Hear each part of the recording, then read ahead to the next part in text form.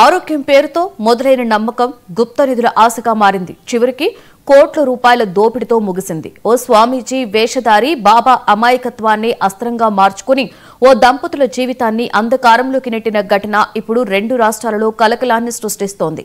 అనారోగ్య సమస్యలతో అలసిపోయిన ఓ రైతు కుటుంబం మహిమల పేరుతో నమ్మించిన బాబా చేతిలో దాదాపుగా 3,50,00,000 రూపాయలను పోగొట్టుకుంది.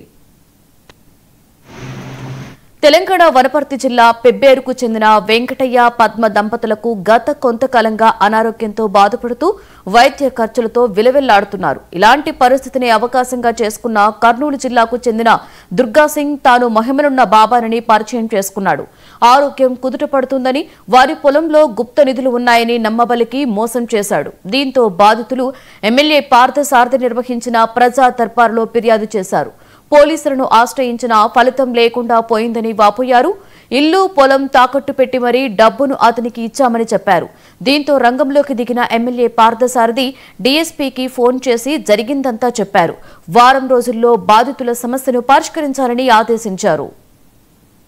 తర్వాత అప్పటికి మళ్ళీ అంతవరకు ఆ పూజలని ఈ పూజలని తిప్పిండు. సేన్ దగ్గరికి ఇంటి దగ్గరికి, సేన్ దగ్గరికి ఇంటి దగ్గరికి తిప్పిన తర్వాత ఒక రోజు రాత్రి వచ్చి తీయాలి అన్నాడు.